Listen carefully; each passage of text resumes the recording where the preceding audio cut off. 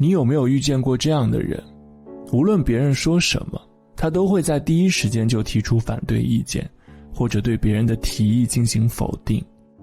他常把没有吧，我觉得你说的不对这样的说辞挂在嘴边。这种行为在心理学上被称为病理性诡辩，喜欢靠反驳别人来凸显自己的存在感。乍一看是能言善辩，在言语上占了先机，实则输的一败涂地。因为那些反驳很难赢回别人的认可和尊重，只会暴露自己的浅薄无知和惹人生厌而已。习惯性反驳是一个人最大的愚蠢。赶快进入今天这期节目，就来跟你说说习惯性反驳这件事。本期节目的文章来自10点读书，作者苏婉。东经122度，北纬31度。我在中国上海，你在哪里？嗨，子敬，我是小博，我在辽宁沈阳，祝大家晚安。我是江江，我在吉林吉安，祝大家晚安。嗨，子敬，我是阿川，我在内蒙古乌海，祝大家晚安。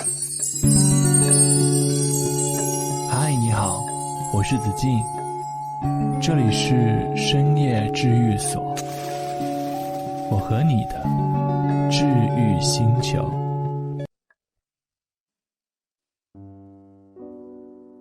著名地质学家李思光先生年轻的时候赴海外留学，他曾经受邀参加了一位师兄的婚礼。婚礼上来了许多青年才俊，其中有一位富家公子打扮的年轻人正在谈论自己游历世界各地的经历。说起他曾经到过欧洲最高峰的时候，他说的是阿尔卑斯山的主峰勃朗峰。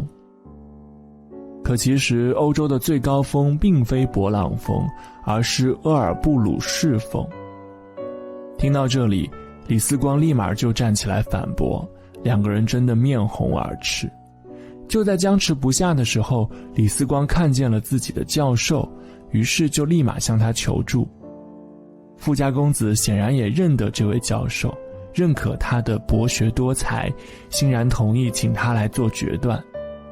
可就当李思光以为胜券在握的时候，教授却拿出了烟头，轻轻地敲了敲李思光的头，只留下了一句：你呀，学问还浅着呢，就转身离去了。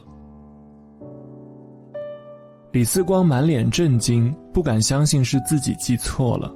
第二天就去到了图书馆，查阅了各类资料，证实了自己所说无误，然后又专门去找了教授，向他询问缘由。教授却笑着说，他并没有说李思光的答案是错的，之所以说他学问浅，是觉得他没有必要和对方争论。人家在婚礼上侃侃而谈，又没让你发表意见，他又何须出言反驳呢？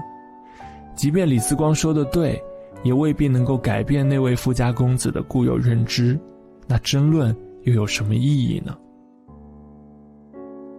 李思光这才恍然大悟，明白老师的良苦用心。是啊，认知不同，再多的争论也不过是徒劳。话要和懂的人诉说，酒要和对的人共酌。认知不在一个频道，不如悄悄转身，各自安好。想起罗翔老师说过的一句话，一个人成熟的重要标志，就是脑海中能够同时存在看似对立的观点。很多事情并没有绝对的对与错，不过是横看成岭侧成峰，远近高低各不同。只是年少时我们大都太过自我，世界总是非黑即白。当我们变得包容，能够接纳和自己不同的意见之时，人生这局棋其实就已经赢了一大半。能以一种开放包容的姿态前行，脚下的路也会变得愈发的宽阔。就像罗素笔下的那一句，只有玫瑰和茉莉一起绽放，这个世界才会有参差多样的美丽。我看过一场刘德华的直播，其中他的一句话令我印象很深，他说，以前有不少从业的前辈教导过他，如果想要成功的话，就要做到一句话，字字反思，不要句句反驳。细细想来，深觉有大智慧。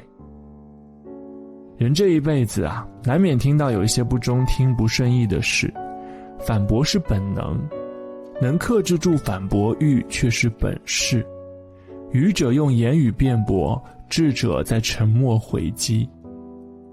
建筑大师贝聿铭先生在重建卢浮宫的玻璃金字塔的时候，整个巴黎的民众都要抓狂了，很多人纷纷到街头游行抗议，因为他们不敢相信一个中国人怎么可能重建法国的知名建筑，还说金字塔看上去又丑又廉价，会毁了卢浮宫。据贝聿铭先生回忆说，在那1年半的时间里，他每天都生活得如履薄冰，甚至不敢走上巴黎街头，偶尔出门一趟还会被人翻白眼吐口水。可面对那些质疑和谩骂，他一次也没有反驳和争辩过，反而还安慰周遭那些替他抱不平的朋友说，批评是需要历史的，需要时间的，要过几十年后再看。后来这座玻璃金字塔终于还是被贝聿铭制造了出来，更是成了整个法国最为标志性的建筑之一，举世震惊。而那些曾经难听的身影也不见了踪影。